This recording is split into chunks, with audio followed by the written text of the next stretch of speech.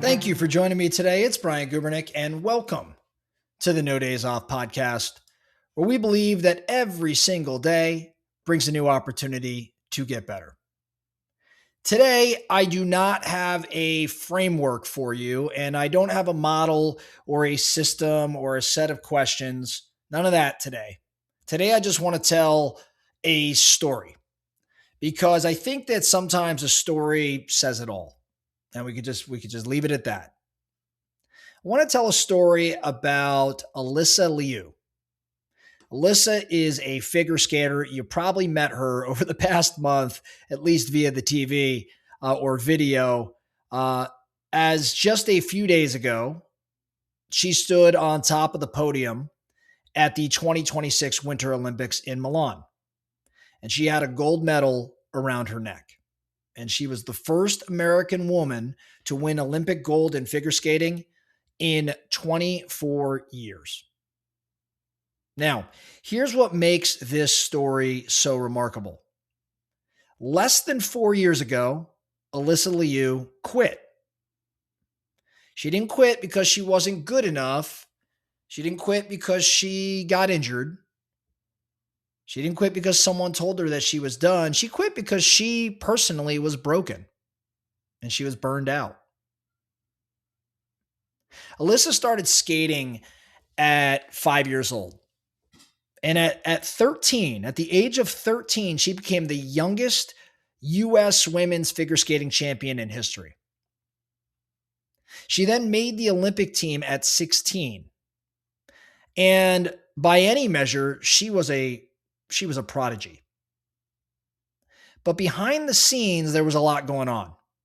She was being told what to eat. She was being told what to wear.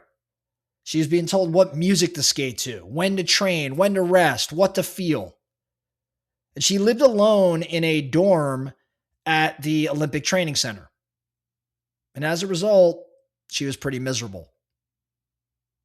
Her father described it this way. He said she became really unhappy, that she avoided the ice rink at all costs.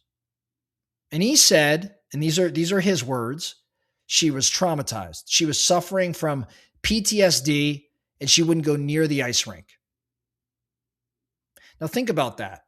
The thing that she had dedicated her entire life to, the thing that she had sacrificed her whole childhood for, she couldn't even be near it.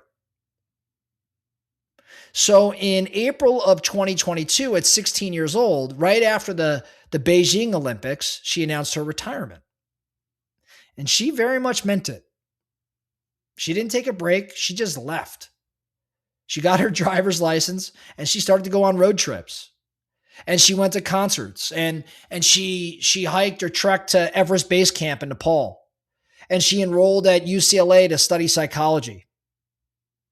She even dyed her hair. She got a lip piercing. And by all accounts, she lived.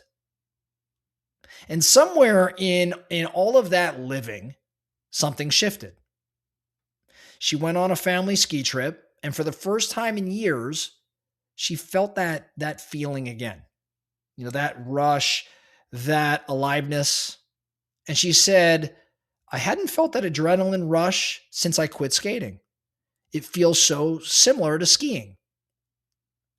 So she decides to call her old coach, a guy named Philip. I'm going to butcher his last name. Philip D is what we're going to call him. And she told him she wanted to come back. And his response to her was, please don't. Like, respect your legacy. He wasn't trying to be cruel. He just really cared about her, genuinely cared about her. He didn't want to see her hurt herself again.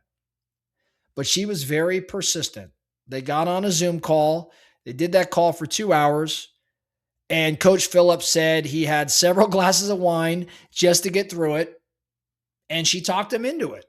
She talked him into coaching again. And then 7 months later, she won a world title.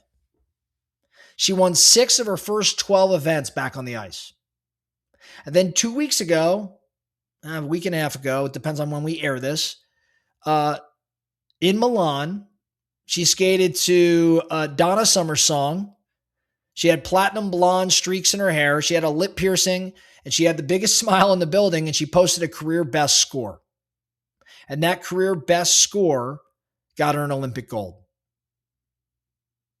When she realized she had won, she didn't scream, she didn't collapse. She just kind of sat there.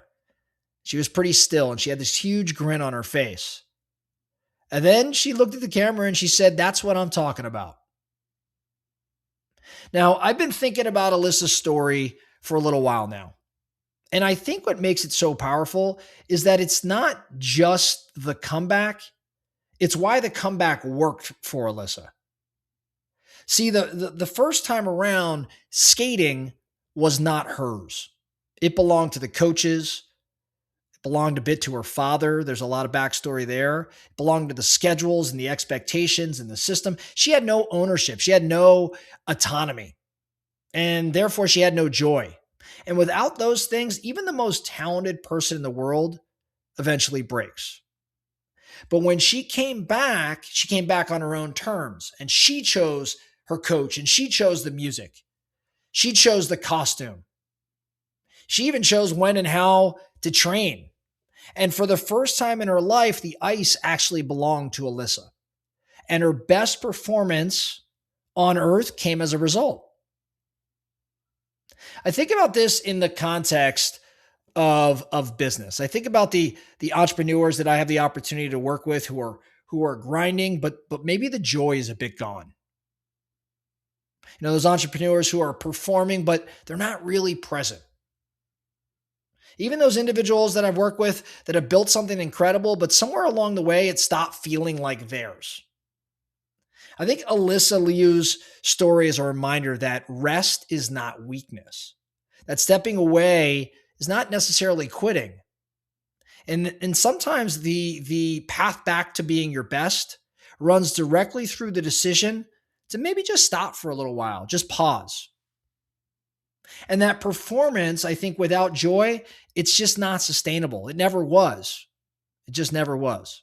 She quit at 16, but then she trekked Everest and she enrolled in college and she lived a life outside the ice.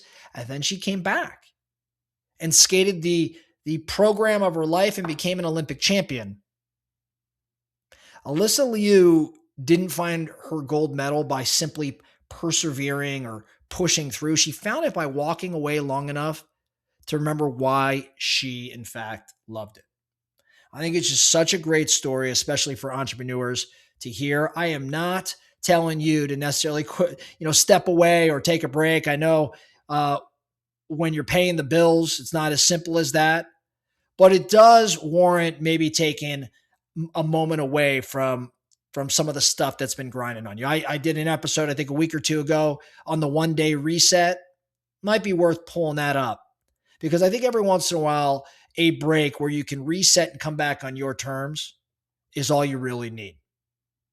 That's all I have for you today, the No Days Off podcast. Thank you so much for listening. And remember, every single day brings a new opportunity to get better. So let's get after it.